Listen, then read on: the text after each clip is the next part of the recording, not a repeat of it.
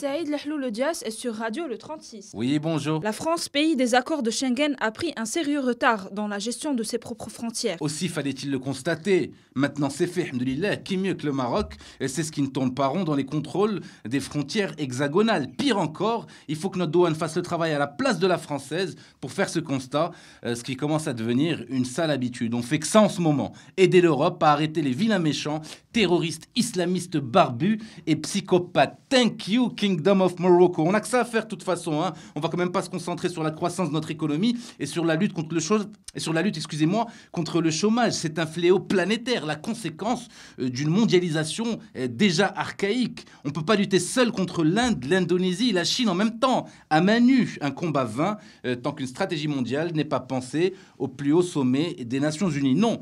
Par contre, on passe notre temps à arrêter les rebuts de la société française et à les renvoyer chez l'expéditeur, particulièrement les amateurs de terrorisme et d'État islamique. Manuel Pierre Angelo, alias Brahim, a été arrêté à l'aéroport de Fès avec un sacré arsenal dans ses valises.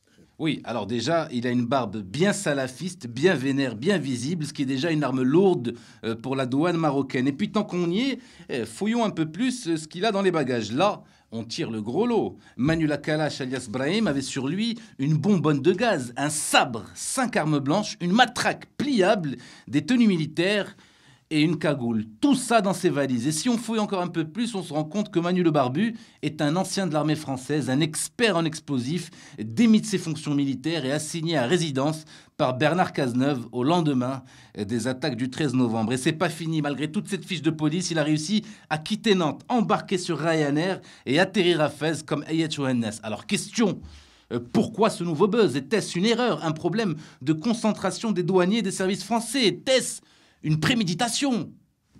Je pose la question. Merci, monsieur Le Dias. À demain. Si Dieu le veut.